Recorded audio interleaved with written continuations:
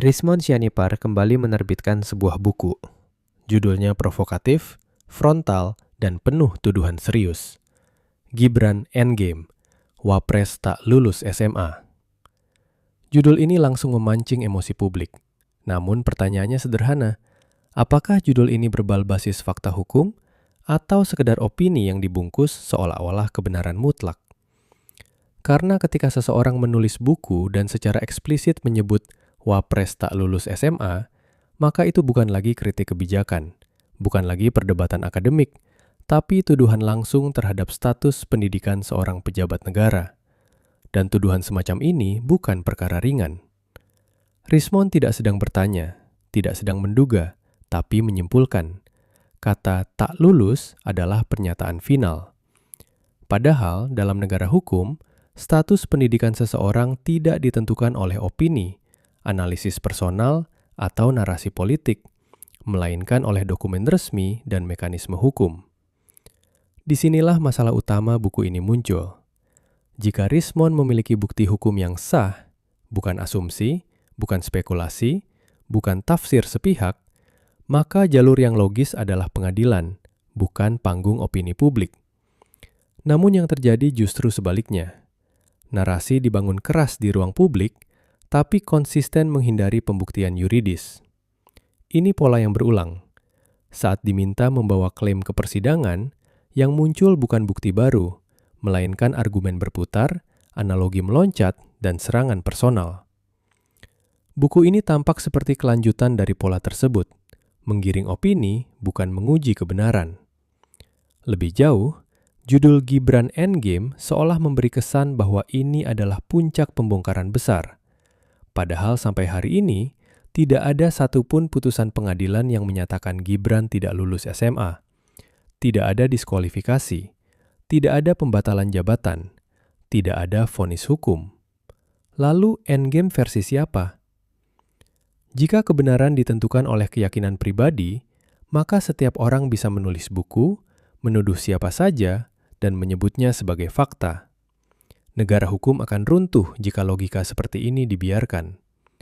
Kritik boleh, perbedaan pendapat sah, tapi menuduh tanpa putusan hukum adalah risiko serius, bukan hanya secara moral, tapi juga secara hukum pidana dan perdata.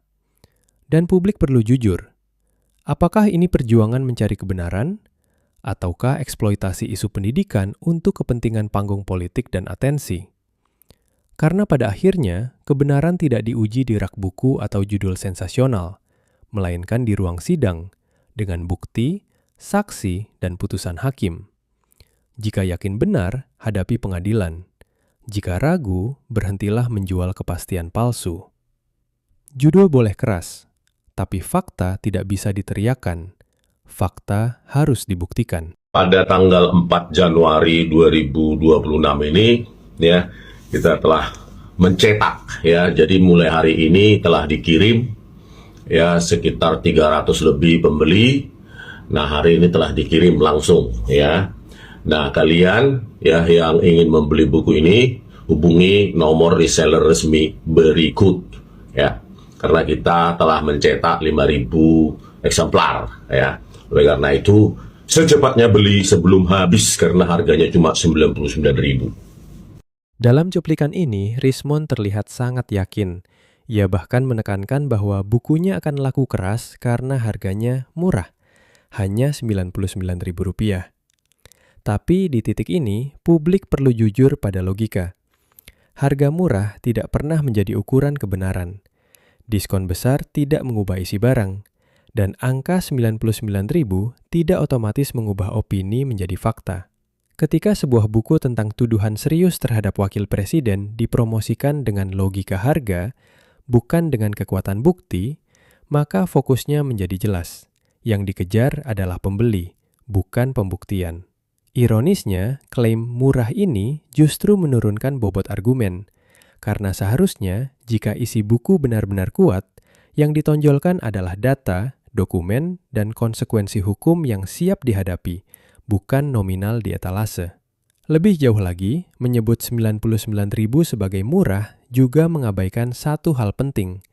Yang mahal bukan bukunya, tapi dampak dari tuduhan di dalamnya. Sekali tuduhan dilepas ke ruang publik, reputasi orang, stabilitas politik, dan kepercayaan masyarakat ikut dipertaruhkan. Buku bisa dibeli siapa saja, tapi kebenaran tidak bisa dibeli, apalagi ditentukan oleh seberapa terjangkaunya harga. Kalau logika murah pasti laku dijadikan dasar, maka ini bukan diskursus hukum atau akademik. Ini strategi pemasaran kontroversi. Dan publik perlu paham, buku yang laku keras belum tentu benar. Buku yang benar justru berani diuji, bukan sekedar dijual. Jadi persoalannya bukan 99.000 atau 199.000. Persoalannya adalah satu.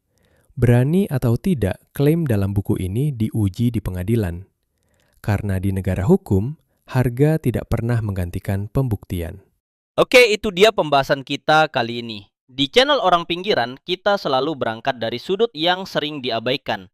Suara kecil, logika sederhana, tapi argumen tetap harus tajam. Karena kalau bukan kita yang ngebedah, siapa lagi? Media besar sering terlalu halus, sementara drama publik dibiarkan liar tanpa dikupas. Kalau analisa barusan nambah wawasan, dukung terus channel ini. Tekan like-nya, komentar biar algoritma tahu Suara Pinggiran juga layak didengar. Dan jangan lupa subscribe supaya kamu nggak ketinggalan kupasan selanjutnya. Kita bakal hadir lagi dengan sudut pandang yang lebih kritis, lebih blak-blakan, dan lebih menyentil. Drama publik nggak pernah tidur, dan kita juga nggak akan berhenti membongkarnya. Assalamualaikum warahmatullahi wabarakatuh. Shalom, Om Swastiastu, Namo Buddhaya, salam kebajikan, Rahayu. Sampai jumpa di konten berikutnya.